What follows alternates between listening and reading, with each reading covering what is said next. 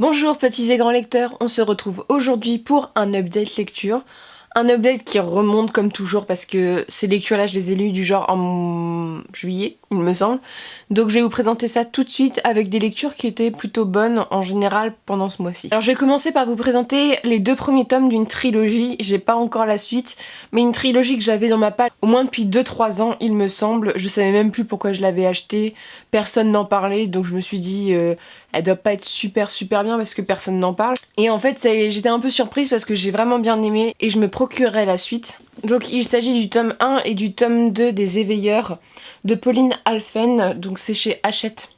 C'est des livres qui doivent remonter, je sais même pas s'ils sont encore commercialisés, mais bon. Je vais vous en parler. Donc Les Éveilleurs, le tome 1, ça parle d'un royaume, ça se passe dans le futur, mais on retrouve un peu un côté moyenâgeux. C'est très bizarre, c'est dans le futur, mais voilà, un futur un peu démodé.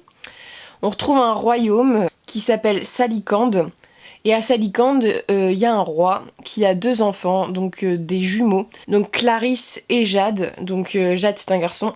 Ces jumeaux vont être très différents les uns des autres. Alors le garçon, Jade, est assez renfermé, il est très souffrant, il est un peu spécial, tandis que sa sœur est un véritable garçon manqué, elle ne supporte pas le fait d'être une femme presque. Elle ne comprend pas les filles, tout ça, elle est vraiment en opposition là-dessus. Et ces jumeaux ont eu le malheur de perdre leur mère durant un accident il y a quelques années, et le fils est persuadé que leur mère est encore vivante. Et donc, Salicante, ça parle un peu de ce royaume qui va être confronté à des problèmes. Mais l'intérêt de ce livre, vraiment, j'ai adoré parce que il y a tout un métatexte, donc en fait on fait énormément de références à d'autres œuvres.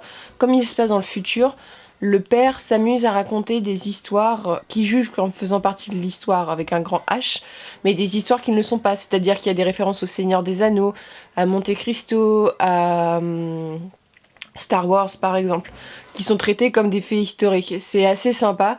Les personnages sont hyper attachants. La fille est très garçon manqué, voilà, elle est hyper attachante. Le garçon aussi. Voilà, c'est des jumeaux qui se comprennent plus en fait. C'est intéressant. Il y a aussi d'autres personnages. Voilà, il y a au moins une vingtaine de personnages. Alors ça, on peut s'y perdre un peu au début, mais on s'y attache vraiment.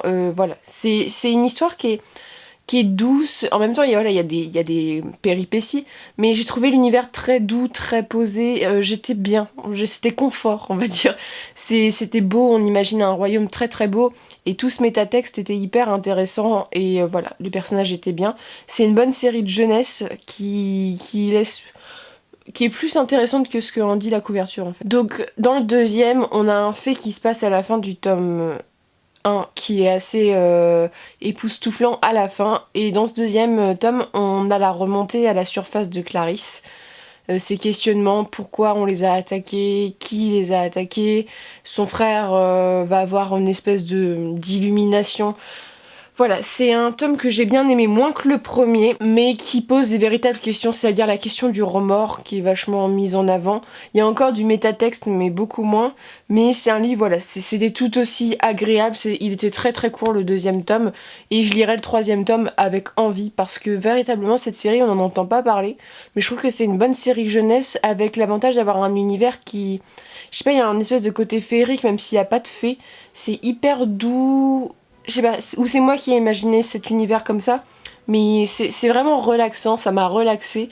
Et voilà, je lirai la suite parce que les personnages sont touchants, l'histoire est sympa, et tout ce côté futur, qu'est-ce qui a fait qu'on ait abouti à une société comme ça qui se coupe du monde, qui se coupe des anciens modes de vie, de nos modes de vie. C'est intéressant d'avoir un futur qui est plutôt joyeux en fait, qui est mieux, tu vois, c'est pas une dystopie en fait, et c'est intéressant dans ce sens-là. Ensuite, je vais vous parler d'un chef-d'œuvre de la littérature, j'ai adoré, mais voilà, c'est un des classiques qui a été beaucoup mis en avant. Bazar de littérature en parle avec énormément d'émotion à chaque fois, et c'est un livre qui m'a été offert quand j'avais une dizaine d'années, que j'avais jamais pris le temps de le lire parce qu'à cette époque-là ça m'intéressait pas, et après j'ai fait un blocage. Donc ça se passe en Irlande. Je parle des Dames à la licorne de René Barjavel et de Olenka Dever. Alors c'est un livre qui s'apparente plus au conte, ça se passe en Irlande, et c'est l'histoire de 5 sœurs, il me semble, qui habitent sur une île un peu coupée du monde. Alors ce livre-là est intéressant parce qu'on explique vraiment, c'est une histoire de famille, on explique pourquoi ces gens sont arrivés sur l'île. Voilà, on a toute une partie sur ces explications-là qui sont hyper intéressantes parce que ça parle aussi des peurs des Irlandais. Et donc on va suivre particulièrement une jeune fille qui s'appelle Griselda. Griselda, contrairement à ses sœurs, elle est très sauvage, alors elle est rousse.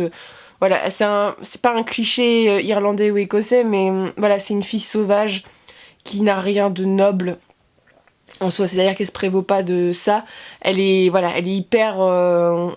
elle rêve en fait de s'échapper de cette île qui est magnifique, mais elle en rêve parce qu'elle se sent étouffée. Et ce livre, c'est aussi une histoire d'amour que Griselda va avoir avec une personne de rang inférieur, qui est très belle sous un fond un peu historique. C'est un livre qui m'a touchée, alors l'écriture est sublime, vraiment, vraiment très très belle. Barjavel, je l'avais jamais lu, même si ça fait des années que je veux lire du Barjavel, mais voilà, je pouvais pas. Et voilà, c'est un livre qui est hyper dépaysant. Voilà, si vous aimez l'Irlande, tout ça, vous allez adorer. C'est très court et c'est très poétique, hein. Voilà, c'est une plume, c'est un texte littéraire, quoi. Et c'est beau, ça fait du bien de lire de temps en temps des livres comme ça. Et voilà, ça prend l'allure d'un conte, voilà, un conte irlandais. Je peux pas trop vous en parler, il faut vraiment que vous vous plongiez dedans parce que c'est des sensations assez étranges. Moi j'étais vraiment dans l'île dans le sens que j'avais l'impression de sentir le vent, la nature autour de moi. Il y avait une espèce de sentiment d'immersion, vous voyez. Bah, je le ressentais en lisant ce livre-là.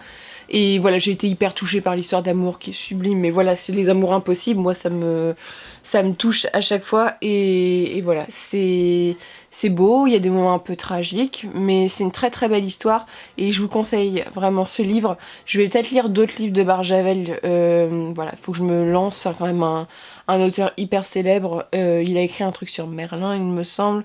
Et il y a La Nuit des Temps qui est connu. Donc je me le lirai parce que j'ai vraiment accroché à une plume qui est très très belle. Et enfin, je vais vous parler d'un livre, alors c'est une déception un peu. J'étais un peu décontenancée par ce livre parce que je m'attendais à ce que ça soit un tome, mais en fait c'est plus un recueil de nouvelles. Je vais vous expliquer. Ce livre s'appelle Les Épées d'Avon, donc c'est de Simon R. Green, donc c'est Darkwood le tome 2. Alors ce livre-là, j'ai lu le premier tome, j'avais 15 ans, donc ça commence à remonter. Et j'avais bien aimé, mais voilà, c'est une lecture, j'avais oublié que j'avais lu ce tome-là, mais j'avais quand même des souvenirs extrêmement précis du tome 1, parce que c'était, je crois que c'est le premier livre de Dark Fantasy que j'ai lu. Je dis Dark Fantasy parce que c'était hyper violent, il y avait des membres arrachés, tout ça, à la fin du tome, ça m'avait un peu choqué. Et donc le premier tome, on suivait un espèce de couple, voilà, même si au début ils n'étaient pas en couple, qui se battent contre les forces du mal, voilà. Et en fait, dans ce tome-là, on n'est plus du tout dans cette quête dans la forêt noire, on est à Haven. Et Haven, c'est une ville où il y a beaucoup de connards, faut dire ce qui est. C'est une ville qui est hyper dangereuse, et nos personnages du tome 1 vont totalement se faire oublier qu'ils sont rois et reines, voilà. Et ils vont être mercenaires, ils vont travailler pour la ville, la défendre, ça va être les seuls chevaliers pas corrompus de la ville. Et en fait, ce livre n'est pas une histoire commune. C'est-à-dire que c'est 3 nouvelles sur leur boulot de garde. Et j'étais assez décontenancée par ça parce que je m'attendais pas à ce que ça parle de ça, vraiment. Je pensais avoir un livre entier. Pour tout vous dire, ça va faire 2 mois que je l'ai lu. Je n'ai le souvenir que d'une histoire qui était bien. En fait, il y a une des nouvelles qui était plutôt bien, les autres étaient plutôt ennuyantes pour moi. La nouvelle qui était sympa, c'était des meurtres qui se passaient dans une auberge. Une sorte de polar en fait, il y avait une tournure assez polar. Il y a des meurtres et on sait pas qui a tué ces personnes, mais c'est d'une violence extrême. Et en fait le but est de trouver qui a tué, parce que c'est dans une maison en fait, ils sont enfermés dans une maison et c'est de savoir qui a tué toutes ces personnes là. Et à chaque fois que quelqu'un meurt, on se dit ah, est-ce que c'est cette personne là? Mais non, en fait elle meurt donc c'est pas elle. Donc voilà, c'est la nouvelle que j'ai bien aimée sur les 3, mais sinon j'ai le 3e tome dans ma palle, mais j'espère que ça sera pas que des nouvelles parce que l'histoire du premier tome c'était une vraie histoire, c'était intéressant. Là nos personnages ils avancent pas quoi, c'est vraiment c'est des petites histoires, mais j'ai pas trop vu de l'intérêt pour de la fantaisie en fait. J'ai pas trouvé ça grandiose. Et je suis déçue parce que j'avais un souvenir très bon du premier tome, j'avais été vraiment impressionnée par cette fantaisie qui était assez sombre, ce côté assez écrasant de l'univers. Là, c'est juste une ville où il y a des gens qui sont mauvais, quoi, et eux, ils sont gentils. Donc voilà, c'était pas très très intéressant.